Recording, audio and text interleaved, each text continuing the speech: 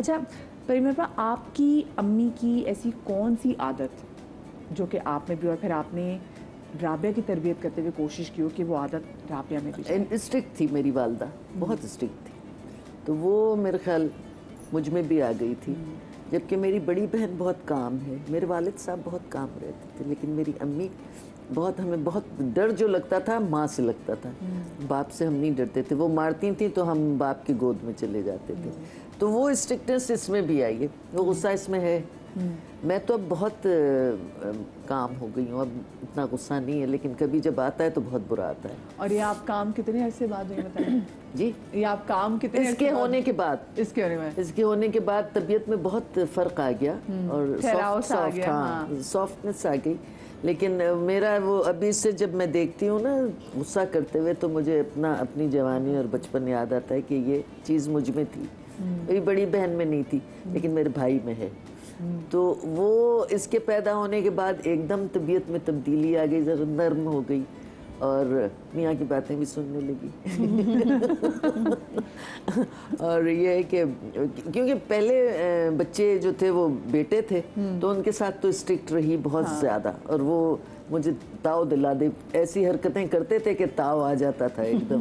मेरा blood pressure बच्चे तो अपनी मुझे आ गया और तीन माशाल्लाह।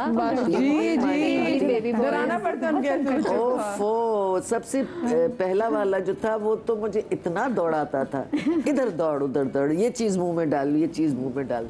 सारा दिन मेरा वेट लूज हो गया था। मेरी बहन के लिए तुम्हारा क्या हाल हो गया? मैंने कहा ये जिम्मेदार, इसको मैं छोड़ भी नहीं सकती कि ये अपने आप पे रहे, लेकिन ये हर चीज मुंह में, छोटा था ना, क्रॉल करके जाए, कोई भी चीज नजर आए तो उठा के मुंह में, तो उसने मुझे बहुत तंग किया। बड़े खौफनाक कीजिए। कॉलर हमारे साथ मौजूद हैं। अस्सलाम वालेकुम जी।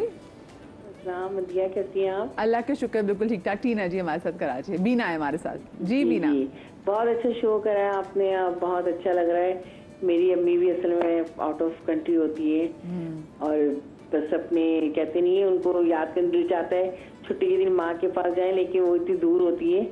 तो माँ का रिश्ता ही ऐसा होता है, बेटियां उसके लिए कितना भी कुछ कर लें, लेकिन वो माँ जो होती है ना, वो माँ ही होती है। वो बस कहती है मेरे करीब रहो। जब बुढ़ापा आता है ना, तो उसमें बेटियां बहुत उनको याद आती है माँ को। हाँ ये बात तो है। और जब कोई स्पेशल ओकेजन हो ना, तब भी अम्मा ज़रा याद आती हैं, बहुत याद आती है। मैं यही सोचती हूँ, जैसे परवीन अकबर माशाल्लाह माशाल्लाह, अब इनको देखती हूँ कि बेटी को देखती हूँ, तो जब साथ साथ होती ना, तो ये याद आता है हमें भी अपनी माँ के छुट्टी का दिन गुजारें, लेकिन वो इतनी दूर होती है, हम इतनी दूर होते हैं। तो ऐसी बेटियों माओ के लिए भी कोई मैसेज प्लीज जरूर दें। ज़रूर ज़रूर ज़रूर। बहुत शुक्रिया, बहुत शुक्रिया जी। वो कहती है कि जो बेटियां माओ से दूर होती तो उनके लिए भी ज़रा मैसेज दें। बहुत शुक्रिया आपकी कॉल का, हम ज़रा मैसेज पे भी आएंगे।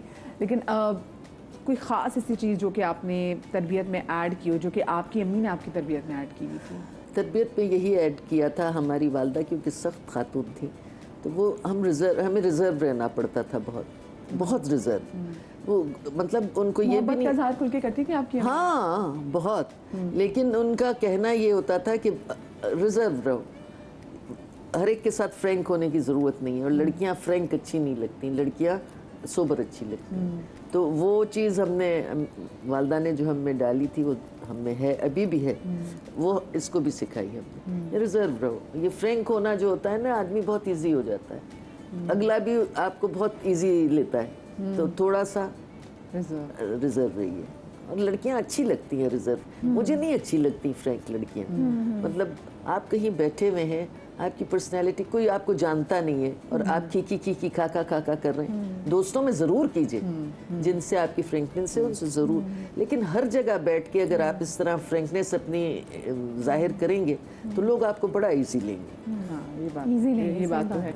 आपने ऐसी कौन सी चीज़ें, वही सवाल जो मैंने परवीन आपसे किया कि आपकी अम्मी ने जो आपकी तरबियत करते हुए जो चीज़ें की, उनमें से आपने ऐसी क्या चीज़ पिक करके अनम की तरबियत में ऐड की?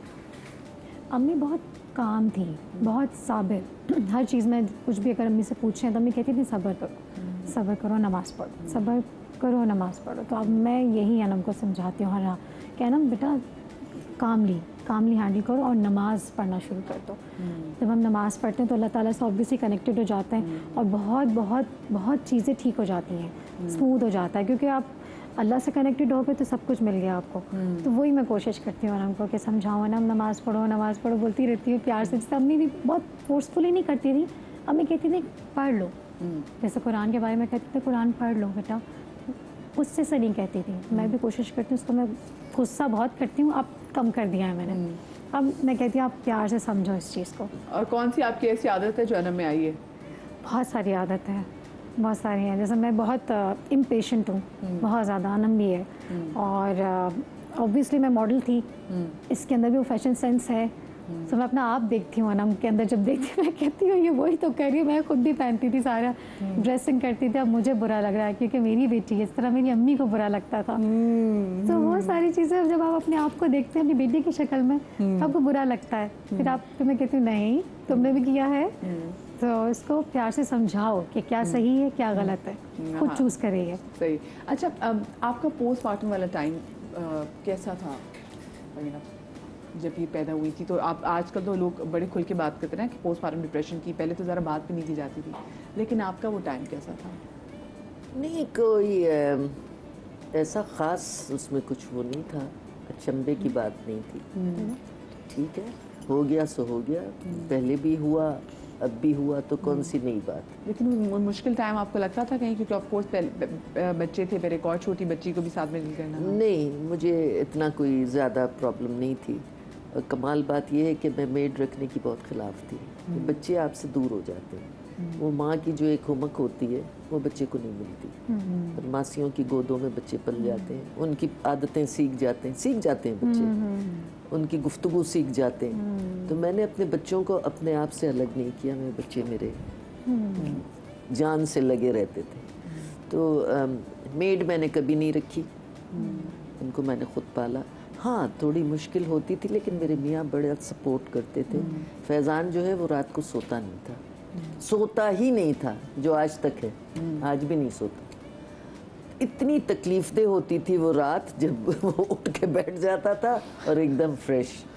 और मैं अपने मियाँ से कहती थी सारा दिन मैंने संभाला है, अब आप संभालिए।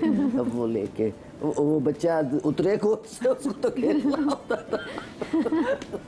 नींद पूरी हो गई उनकी? नहीं, वो मैं देखती थी कमरे में मेरे मियाँ खिलौने बिखरा के बैठे आधी रात को, 3 बजे रात को वो लेके बैठी, हाँ ये यूं।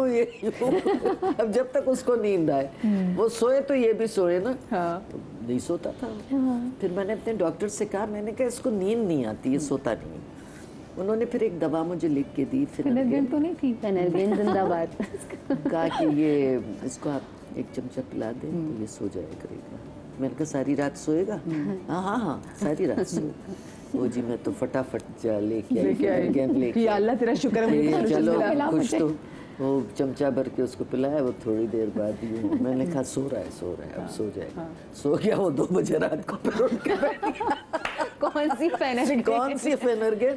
3 साल की उम्र तक फेनर्गेन पिया है और सो के नहीं दिया इस आदमी ने, आज भी नहीं सोता। एग्जैक्टली अनम सो के। मैं अपनी बहन को फोन करके कहती थी खुदा के वास्ते दोपहर को इसको ले जाओ, मुझे थोड़ी देर से। और आप यकीन करें ये सेम चीज़ हादिया में आई है। हाँ बिल्कुल। हम बेचारी, उसको मैं देखती हूँ, कहती हूँ माम तुम कैसे काम कर रही हो, क्योंकि वो सोती नहीं। वो सोती नहीं, सोएगी उठ जाएगी, सोएगी उठ जाएगी। वो कहती है कौन से गुनाहों की सजा है। मैंने कहा ये शख्स ये भी नहीं सोता था, नहीं सोती। अनम छोटी सी थी, मेरी अम्मी घर आई ना, रुबी मेरे पास। अम्मी ने कहा अच्छा अनम को मैंने सुलाया, थोड़ी देर में अनम उठ के बैठ गई, फिर सुलाया, उठ के बैठ गई। अम्मी ने कहा बेटा ये तो सोती ही नहीं है, तुम तो सारा दिन सोती थी, ये किस पे गई है? किस पे मैं सुला दूं तो उठती ही नहीं थी। बाबा का स्लीपिंग स्केड्यूल भी थोड़ा ऑफ रहता है, मेरे हस्बैंड तो आई थिंक तो आ गया। तो फिनर्गेन मैंने इसको भी इतनी पिलाई है, लेकिन ये भी वही वाला था। अच्छा, कुछ बच्चों को नहीं सूट करती, लेकिन एक और ड्रॉप्स वगैरह भी आते, कहते हैं बच्चों को नींद आ जाती। मेरे भाई के बच्चे, वो मैं टीवी पे कहना नहीं चाहती, लेकिन वो कोई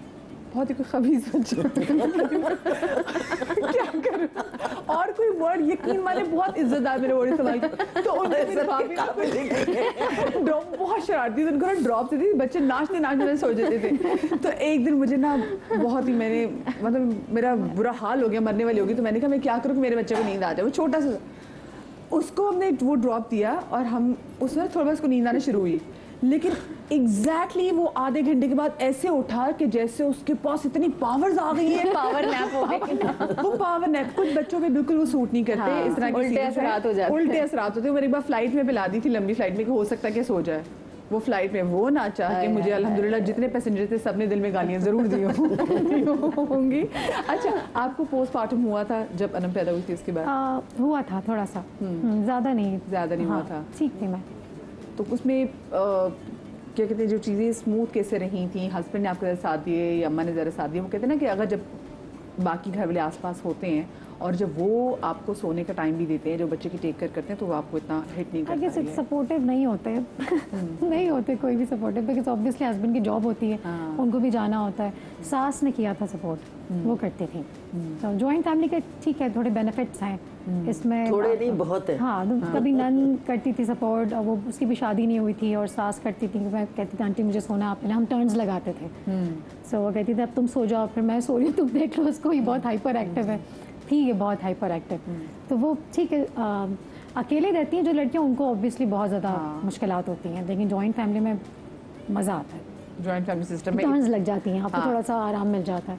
सही, तो इसका मतलब वो ज़रा शुक्र है आपको, अल्लाह के लिए आपको वो चीज़ हिट नहीं की। अच्छा, ज़रा मैं आप लोगों के साथ एक गेम भी ज़रा खेलूँगी कि आप लोग अम्मी को कितना जानते हैं, ठीक है?